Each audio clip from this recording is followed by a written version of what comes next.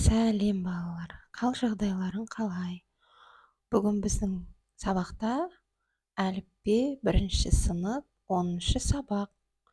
Тақырыбымыз дыбыс, буын, сөз. Сонымен балалар, ең алдымен дыбыс дегеніміз не? Соған тоқталайықшы. Дыбыс дегеніміз тілдің дыбыстау мүшелері арқылы айтылып, құлақпен естілетін үн дыбыс деп аталады.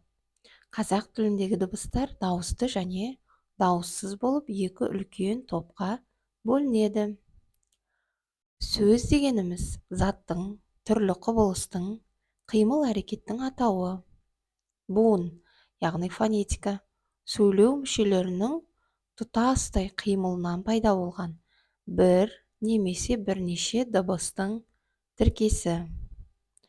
Балалар, сонымен дыбыс, яғни қазақ тіліндегі дыбыстар екі үлкен топқа бөлінеді дедік, иә? Ол бірінші дауысты және дауыссыз. Сонымен балалар, бүгінгі дыбыс, буын, сөз тақырыбымыз. Ең бірінші тапсырмамызда бау-бақшада не өседі деген. Балалар, бау-бақшада не өседі? Алма, алмұрт, өрік, жүзім, сәбіз, бұрыш, осындай көп жемістер өседі, иә? Ең бірінші суретте алманың суреті беріліп тұр. Тор көздің ішінде қызыл нүкте, көк нүкте және де қызыл нүкте көрсетілген. Алма, яғни алма деген сөзді талдаймыз. Алма, екі буын. А дауысты дыбыс, Л дауыссыз дыбыс, М дауыссыз дыбыс, А дауысты дыбыс. Бір сөз. Енді екінші суреттегі өрік. Өрік деп екі буынға бөлеміз. Дауысты дыбыс, Р дауыссыз дыбыс, дауысты дыбыс және К дауыссыз дыбыс. Бір сөз. Ендігі суретте балалар алмалар деп бөлеміз, иә? Өйткені суретте алма көп. Алмалар, алмалар, яғни үш буын. А дауысты дыбыс, Л дауыссыз дыбыс, М дауыссыз дыбыс, А дауысты дыбыс, Л дауыссыз дыбыс, А дауысты дыбыс, Р дауыссыз дыбыс. Бір сөз. Екінші суретте өріктер, өріктер, үш буын. Дауысты дыбыс, Р дауыссыз дыбыс, дауысты дыбыс, К дауыссыз дыбыс, Т дауыссыз дыбыс, дауысты дыбыс, Р дауыссыз дыбыс. Яғни бұда да бір сөз.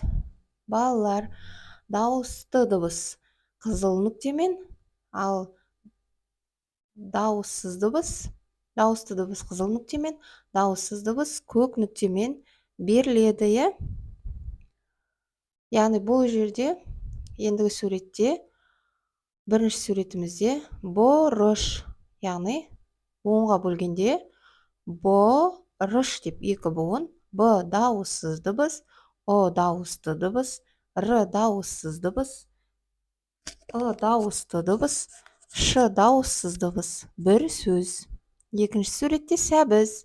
Сәбіз, екі буын. С дауыссыз дыбыс, дауысты дыбыс, Б дауыссыз дыбыс, дауысты дыбыс, З дауыссыз дыбыс. Бір сөз.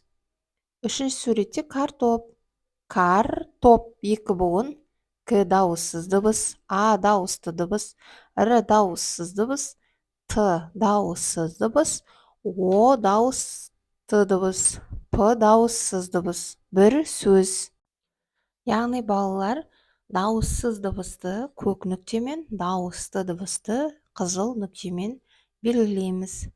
Оларды ең алдымен буынға бөлеміз, содан кейін дауысты және дауыссыз дыбыстарға ажыратып жазамыз.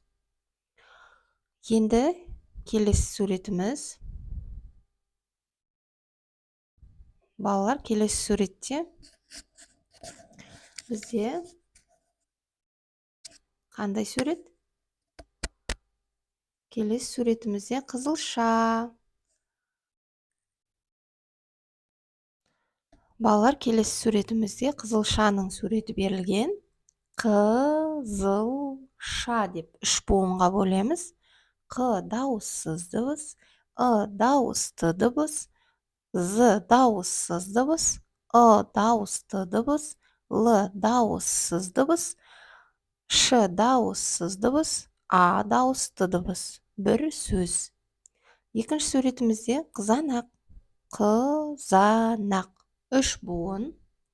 Қ дауыссыз дыбыс, дауысты дыбыс, дауыссыз дыбыс, дауысты дыбыс, дауыссыз дыбыс, дауысты дыбыс, Қ дауыссыз дыбыс. Бір сөз. Балалар, біз сонымен қандай тақырыпты өттік бүгін? Дыбыс, буын, сөз тақырыбын өттік, е? Балалар, сіздерге сабақ ұнады деген ойдамын. Менің каналыма тіркеліп, лайк басып қойыңыздар, балалар. Сол кезде сіздерге сабақтардың жауаптары бірден көрінетін болады. Сау болыңыздар, балалар.